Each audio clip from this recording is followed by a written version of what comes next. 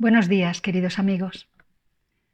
Seguimos hoy viendo el Evangelio del domingo, del día de hoy, que también podemos encontrar en Mateo 22 y que voy a leer porque también es cortito y así nos situamos. En aquel tiempo los fariseos, al oír que Jesús había hecho callar a los saduceos, se reunieron en un lugar y uno de ellos, un doctor de la ley, le preguntó para ponerlo a prueba: Maestro, ¿cuál es el mandamiento principal de la ley? Jesús contestó: Amarás al Señor tu Dios con todo tu corazón, con toda tu alma, con toda tu mente. Este es el principal y primero. El segundo es semejante a él. Amarás a tu prójimo como a ti mismo. En estos dos mandamientos se sostienen toda la ley y los profetas. Bueno, pues en este pasaje vemos a los fariseos nuevamente queriendo tentar a Jesús para desacreditarlo. Ellos conocían perfectamente las Escrituras, claro, y Jesús también las conocía, y no solamente las conocía, sino que les dotaba de su verdadera verdad, ¿no? De su verdadero sentido. El Señor había mantenido una conversación con los saduceos y dice el Evangelio que había mucha gente presente y que todos quedaron impresionados por la sabiduría, la firmeza y la seguridad con que Jesús hablaba. Y un fariseo, que era doctor de la ley, le pregunta cuál es el mandamiento más importante. Y Jesús responde con la ley: Amarás al Señor tu Dios con todo tu corazón, con toda tu mente, con todo tu ser. Pero no se queda ahí, sino que añade algo más. Añade: y el prójimo como a ti mismo.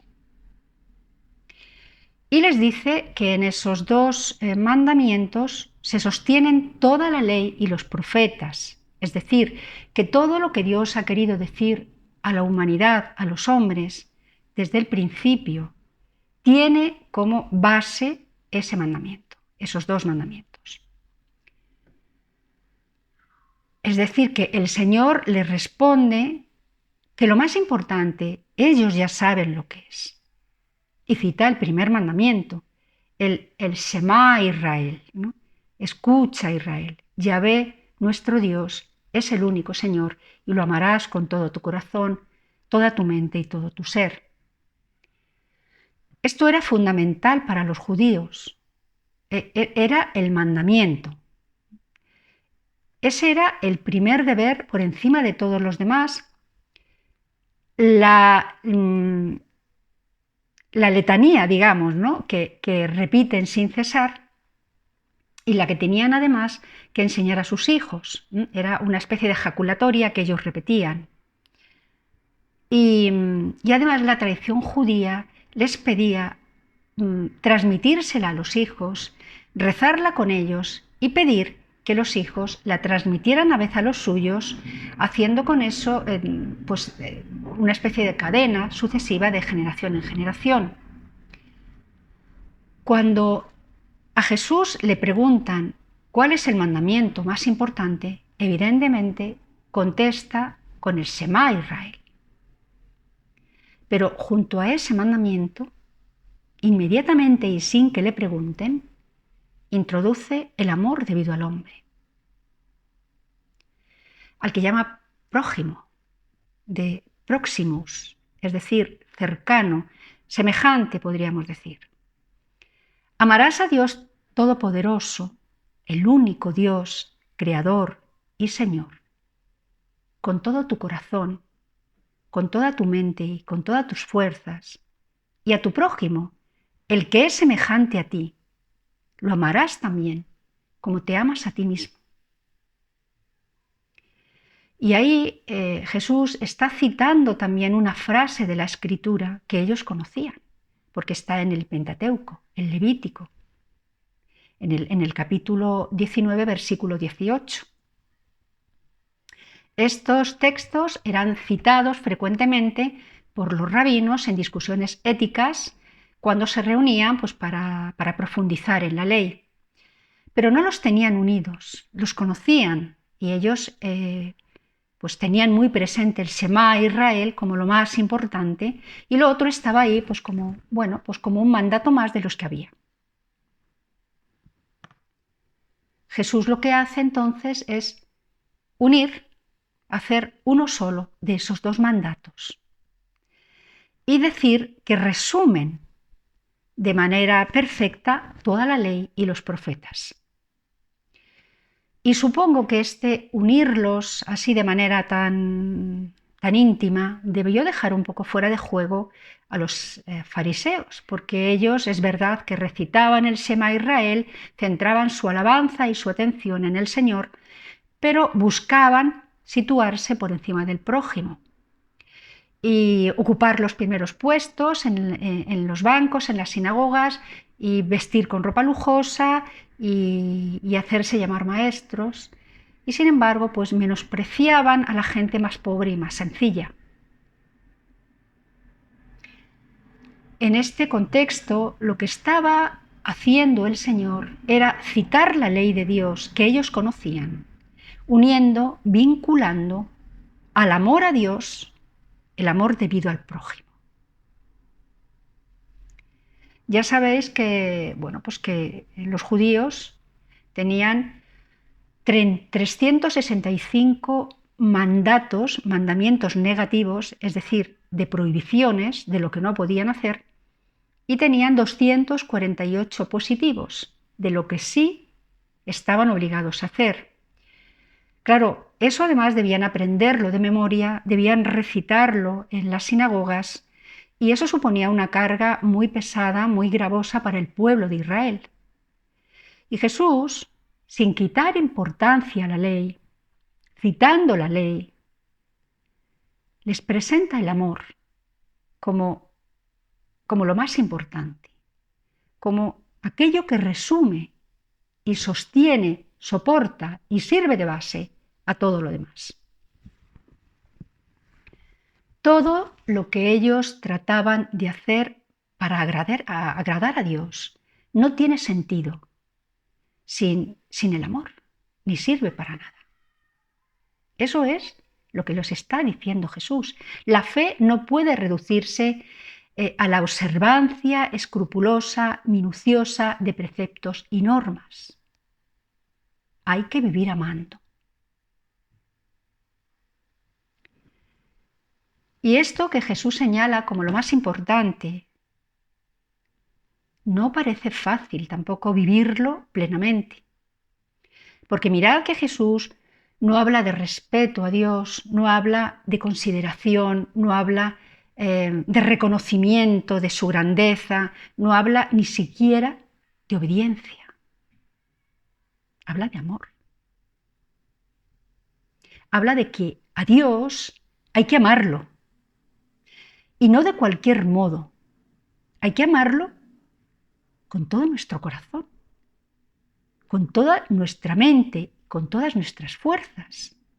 Y además hay que seguir amando al prójimo, a todos los demás, del mismo modo en que me amo a mí.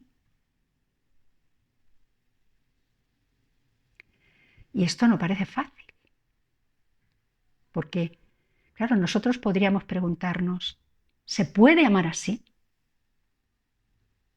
¿Es posible amar a Dios con toda la fuerza de nuestro ser?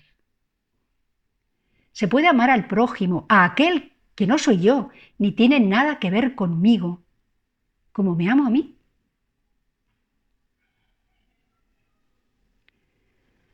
Jesús, al hablar de ese modo, está pidiendo un amor radical, definitivo. No se refiere al amor como algo intangible, sino que lo presenta como algo concreto, algo que se ve en hechos, en palabras, en obras. Y recordando toda la vida de Jesús, cuando estaba preparando esta charla hace un rato, se me venía este pasaje del Evangelio en el que dice: tuve hambre y me disteis de comer. Venid a mí, benditos de mi Padre, porque tuve hambre y me disteis de comer. Tuve sed y me disteis de beber. Fui forastero, me acogisteis, estuve desnudo y me vestisteis, y en la cárcel y fuisteis a verme. Y claro, los justos le responderán diciendo: Señor, ¿cuándo te vimos hambriento y te dimos de comer, o sediento y de beber? ¿Cuándo te vestimos? ¿Cuándo fuimos a verte a la cárcel? ¿Cuándo estuviste enfermo? ¿Cuándo te visitamos? En verdad os digo, que cuanto hicisteis a uno de estos hermanos míos, aun a los más pequeños, a mí me lo hicisteis. Y San Pablo, en la primera carta a los Corintios, que ya conocemos todo, el capítulo 13, hace una Primera Corintios, capítulo 13, hace una definición preciosa del amor. Dice que es paciente, que es servicial, que todo lo disculpa, que todo lo cree, que todo lo soporta y todo lo espera. Dice que no es envidioso, que no presume, que no es arrogante, que no se envanece, que no procede con bajeza, que no busca su propio interés y que no se irrita, que no tiene en cuenta del mal recibido, ni se alegra de la injusticia, sino que se alegra y se regocija en la verdad. Y lo pone por encima de todo como lo más importante, lo imprescindible. Dice que si nos falta el amor, no tenemos nada ni somos nada.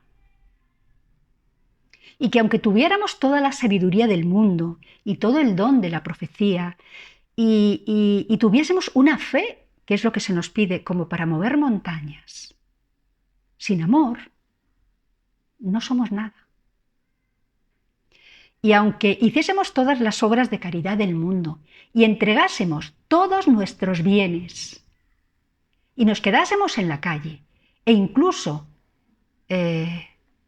entregásemos nuestro cuerpo a las llamas, si lo hacemos sin amor, no sirve para nada. Cuidado con esto, porque el amor está presente continuamente en la vida de Jesús, en las enseñanzas de Jesús y en toda la Escritura. Toda la Escritura está repleta de muestras, de referencias y de mensajes que tienen que ver con el amor. La Biblia revela excepcionalmente que Dios, en su esencia y en su modo de ser, es amor. Juan dice: el que no ama, no ha conocido a Dios, porque Dios es amor. Y esto es muy importante que lo tengamos en cuenta, porque quizá nuestra dificultad para amar de este modo tan radical venga de ahí.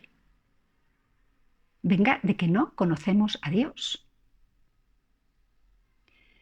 Y Jesús, además, presenta a Dios como alguien lleno de ternura y lo llama Abba, papá, papi. Ese papá al que es fácil corresponder porque es el único bueno. Es el padre amable, atento a la necesidad del hijo, compasivo, misericordioso, dispuesto a ayudar. Ese padre perdonador, sanador, que quiere compartir lo suyo, que comparte lo suyo, que entrega. Hijo, todo lo mío es tuyo. ¿Quién no amaría a un padre así? Si lo tuviera, si lo pudiera ver, si lo conociera. Pues para esto tenemos que tener presente también que amar se aprende. El amor también es un aprendizaje. Nadie da lo que no tiene. Aquel que ha vivido una infancia sin amor es casi seguro que cuando sea adulto no sepa amar. aquel que vive su infancia cuidando de sí mismo como puede, porque no tiene quien le ame, no tiene quien le espere cuando viene del colegio con una comida rica que le gusta, no le da un abrazo, no le prepara un bocadillo ni le compra aquello que necesita para ser feliz, ni le dice nunca, hijo mío, te quiero. Claro, cuando sea mayor, va a seguir viviendo de ese modo, cuidando de sí mismo, centrando su atención en él, porque es lo que ha hecho toda la vida. Y solo amará aquello que ha amado siempre y aquello que ha aprendido a amar, a sí mismo, y aquello o aquellos que identifique como de su propiedad, como algo suyo, que normalmente son los hijos. Y será un perfecto tarado, emocionalmente hablando, para todo lo demás. Y esto es así. Para aprender a amar, necesitamos haber sido amados, saber qué es eso del amor, ¿no? Que es ese sentimiento tan bueno que nos dan en casa, que tenemos con el papá, con la mamá, con los primos, con los hermanos. Para aprender a amar, necesitamos haber sido amados. Y si hay alguien capaz de amar por encima de todos, es Dios. De Dios podemos aprender a amar de verdad. No solo por imitación, por contagio, sino porque Dios se entrega. Dios se derrama. Entrega todo lo suyo a aquel que se le acerca, porque es su hijo. El amor es la dimensión maravillosa, es la dimensión perfecta, fruto de la vida con Dios. Sin Dios no hay quien ame, y mucho menos quien ame de ese modo tan radical que Dios nos pide, que Jesucristo nos comenta, ¿no? Y nos dice y nos señala como el mandato más importante. El amor es parte del fruto del Espíritu, de la vida en el Espíritu. Por eso crece cuando estamos con Dios, cuando permitimos que Él nos cambie, cuando dejamos que haga su voluntad en nosotros, cuando nos ponemos frente a Él con toda nuestra pobreza y dejamos que actúe. Así es como cambia la vida. Así es como se hacen los santos. Así es como se logra la santidad, la perfección que se nos pide. Y sin eso no podemos nada. Decía San Agustín, dame lo que me pides y pídeme lo que quieras, porque todo lo que tengo, Señor, es tuyo. Me lo has dado tú. Si no tratamos a Dios, si no dejemos que nos enseñe a amar de verdad, ¿cómo vamos a amar de verdad? ¿Cómo vamos a hacerlo? Imposible. Es Dios quien nos va cambiando el corazón. ¿Y sabéis cuál es, creo yo, la mayor dificultad para cumplir todo esto? Pues creer que Dios es un ser lejano, todopoderoso, misterioso, inaccesible, que vive por ahí no sabemos dónde su propia vida, sin tener mucho que ver conmigo y sin que yo tenga que ver mucho con Él, sin descubrir esta alianza que hizo Dios con el hombre, que hizo Dios conmigo y que empapa toda mi vida y toda mi realidad. Ese es el mayor obstáculo, creer que Dios no es tangible, no poder concretar esa presencia, pensar que no podemos estar con Él, que no puedo estar con Él de manera clara, concreta y precisa. Y sin embargo, Jesús nos está diciendo todo lo contrario. Nos está enseñando a hacer lo contrario. Se está apartando para encontrarse con el Padre. Está poniendo cada paso de su vida, cada gesto, cada palabra, en manos del Padre. Está cumpliendo perfectamente la voluntad del Padre hasta el extremo. Y no solo lo vemos en Jesús, lo vemos en los santos también. Todos los santos que hay, que ha habido y que hay en la Iglesia. Lo son y lo han sido porque Dios les ha hecho santos. Nadie tiene una fábrica de bondad. Es verdad que Dios nos da unos dones a cada uno, que hay personas más místicas, con mayor facilidad, más tendentes a la introspección, a la oración, al encuentro con Dios. Pero todos tenemos capacidad para encontrarnos con Dios y llegar a ser santos si dejamos que Él nos cambie. La dificultad radica ahí, en creer que Dios es una idea y nada más. Si no es alguien concreto, ¿cómo voy a amarlo de modo concreto, con todo mi corazón, toda mi fuerza y todo mi ser? Esa es la gran barrera que debemos echar abajo. Mirad, cuando mi niña era pequeña, yo pues le enseñaba a rezar, como hice con sus hermanos, y le acompañaba a la camita por la noche, rezaba con ella y le decía, cariño, sigue rezando un ratito. Y ella, que siempre ha sido una niña extremadamente inteligente y muy intuitiva y tal, me decía, ¿sabes qué pasa, mamá? Es que a veces, cuando rezo, creo que estoy hablando con la pared.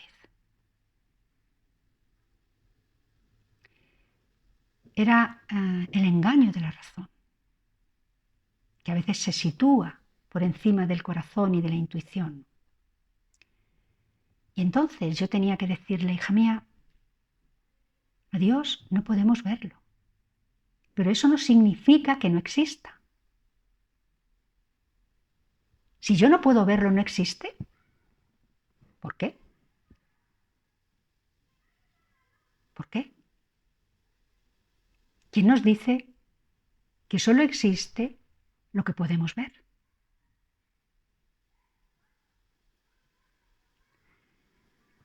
Hacer tangible a Dios está en nuestras manos.